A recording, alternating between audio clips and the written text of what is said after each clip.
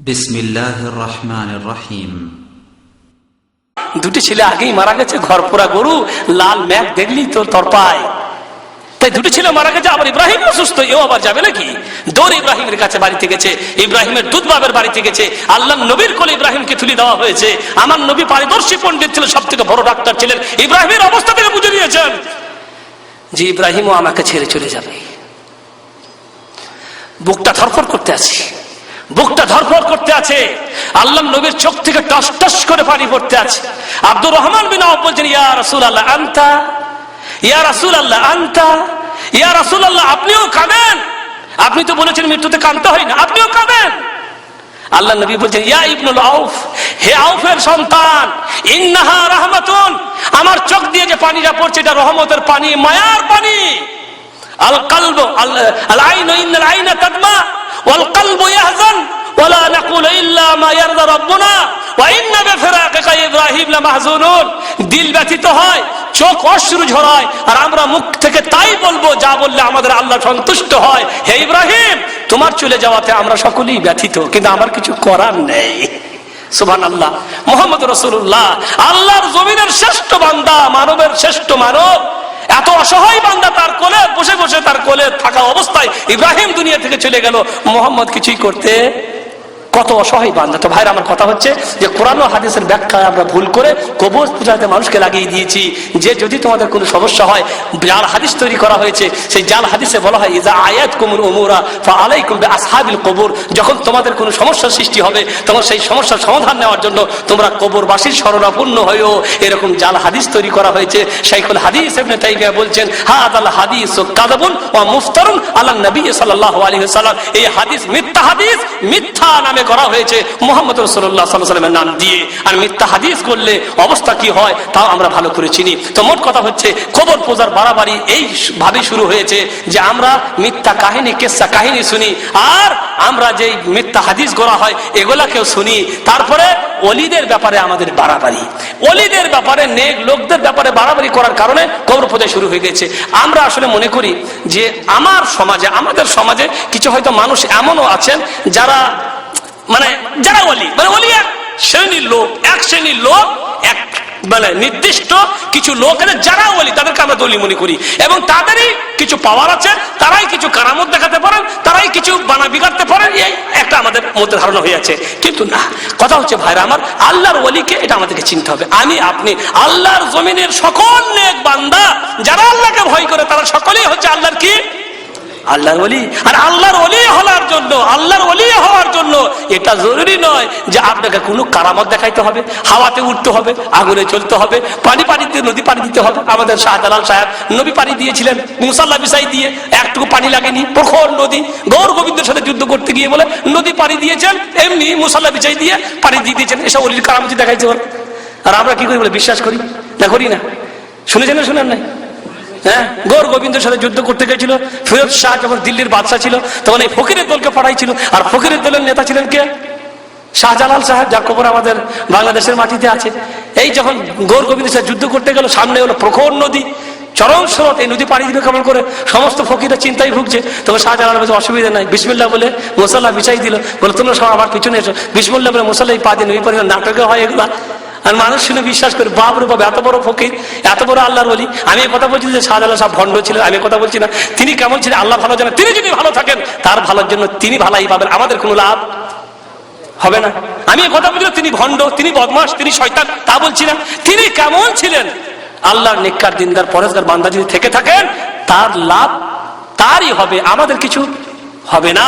তবে এই কিসসা কাহিনী, এই সমস্ত অবাস্তব ঘটনাগুলি, এগুলো নয় যা সাহাবীদের জামানায়, নবীর জামানায় ঘটনা। নবী যা করতে পারেন না, সাহাবীরা যা করতে পারেন, তাই কাণ্ড কারখানা এরা করে দেখাই দিবে। আর আমরা বিশ্বাস করব আগুনে চলা, পানিতে চলা, আর হাওয়াতে উড়া, এগুলা কোনো কারামতি নয়। আল্লাহ রাব্বুল আলামিন বলছেন, আলা ইন্না আউলিয়া আল্লাহ লা খাউফুন আলাইহিম ওয়া লা হুম ইয়াহজানুন। আল্লাহর ওলি যারা, তাদের কোনো ভয় নাই, তাদের কোনো চিন্তা নাই। তারা কারা? আল্লাযীনা আমানু ওয়া কানু ইয়াত্তাকুন। যারা আল্লাহর প্রতি ঈমান আনবে এবং আল্লাহকে ভয় করবে, তারা কি? তারা আল্লাহর ওলি। এই আল্লাহর ওলি হওয়ার জন্য কারামতে দেখাইতে হবে এরকম কোন শর্ত নেই। কারামতে শুধু তারা দেখায় যাদের কাছে শয়তান আসে। কাদের কাছে? যাদের কাছে শয়তানের তারাই কারামতি দেখাবে। আল্লাহ বলছেন হাল উনাব্বিউকুম আলা মান তানাজ্জালু শায়াতিন তানাজ্জালু আলা কুল্লি আফাকিন আসিম। তাদের কথা কি বলে দেবো না যাদের কাছে শয়তান যায়? আরে ওলিদের কাছে শয়তান আসে না, ভণ্ডদের কাছে শয়তান যায়। তাদের কথা কি বলে দিব না যাদের কাছে শয়তান যায়? শয়তান যায় তাদের কাছে যারা পাপী, মিথ্যুক, আফাকিন আসিম, মিথ্যুক, পাপী, এদের কাছে শয়তান যায়। শয়তানের সাহায্যে তারা কিছু কারামতি দেখায়। আগুনে চালার ব্যাপার কোনো বিচিত্র ব্যাপার না, গায়েবী খবর বলে দেওয়া কোনো বিচিত্র ব্যাপার না, হাত দেখে বলে দেওয়া কোনো বিচিত্র ব্যাপার নয়।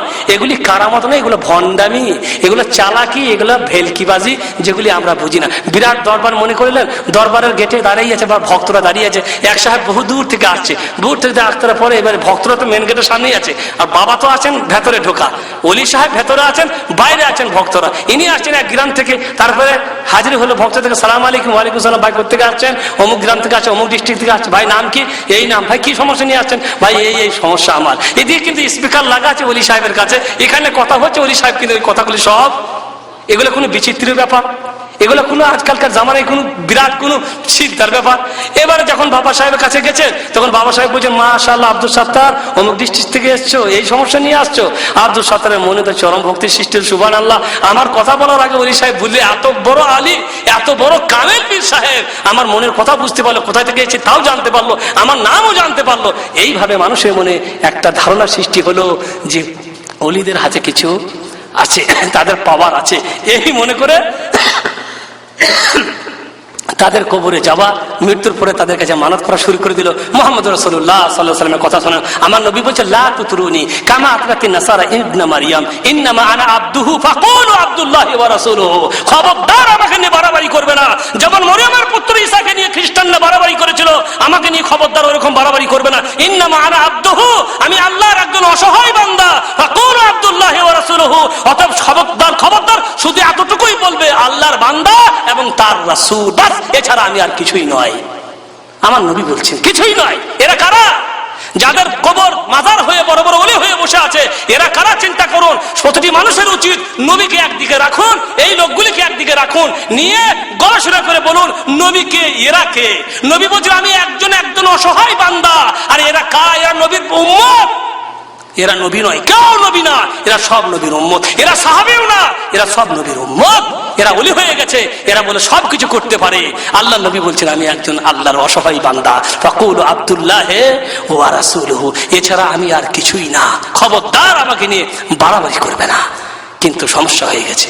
আজকে বলুন হযরত আদম থেকে নিয়ে মুহাম্মদ রাসূলুল্লাহ সাল্লাল্লাহু আলাইহি ওয়াসাল্লাম পর্যন্ত কত নবী দুনিয়াতে আসছিলেন, তাদের কবরগুলি কোথায় আছে বলুন তো? কেউ জানে?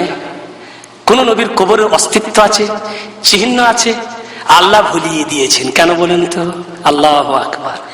যারা সামান্য একজন আল্লাহর নবীর বান্দাকে নিয়ে, সেই বান্দা ঠিক মতো নামাজ পড়তো কিনা জানি না, মোচে দাড়িতে সমান একবার মুখ দেখা যায় না, মাজারে বসে বসে গাঁজাই টান মারে, মরার পরে ওলি হয়ে যায়। হ্যাঁ, মরার পরে কবরে গিয়ে মাজারে বিরাট ওলি বাবা হয়ে বসে আছে।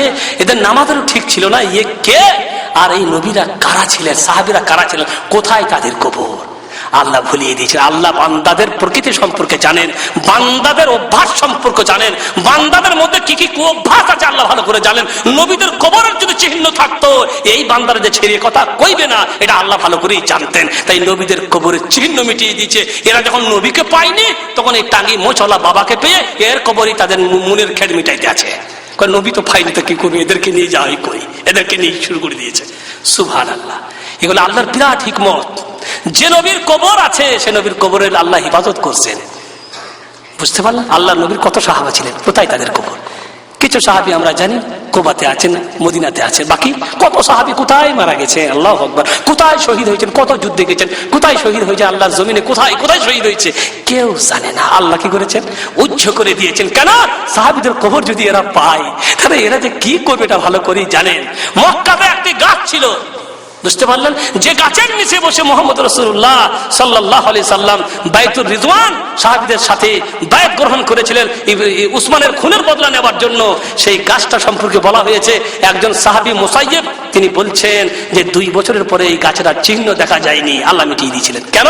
কারণ মানুষ যদি ওই গাছটা এখন পেত, তা বলতো আল্লাহু আকবার, এই সেই গাছ যে গাছের নিচে আমার নবী বসে বসে বায়াত গ্রহণ করেছিল, এই গাছ দেশ দেখো। না করতো না? এর থেকে পাওয়ারফুল গাছ আর কোথাও হয়? যে গাছের নিচে আমার নবী বায়াত করেছেন, কিন্তু আল্লাহর নবী কই গাছের নিচে বায়াত করেছিলেন এই মনে করে যে গাছটার খুব বরকত আছে। একটা গাছ ছিল ছায়ায় বসে তিনি বায়াত গ্রহণ করেছিলেন, কিন্তু যেহেতু মুসিবত হতে পারে, যেহেতু মানুষ এটার পুজো শুরু করতে পারে, মহান আল্লাহ রাব্বুল আলামিন তার কৌশলে সেই গাছের চিহ্ন মিটিয়ে দিয়ে দিয়েছে। মানুষের অভ্যাস মহান আল্লাহ রাব্বুল আলামিন খুব ভালো করেই জানেন। আজকে সমাজের দিকে আপনি তাকিয়ে দেখেন, আমাদের সমাজের দিকে তাকিয়ে দেখবেন আমরা আর আমাদের পাশাপাশি হিন্দু আর মুসলিমরা এদের মধ্যে কোনই ব্যবধান নাই। তৌহিদের এই চিরসেবক ভুলে গেছি আর সে তকবীর দুর্গা নামের কাছাকাছি ওই দরগায় গিয়ে লুটাই শির।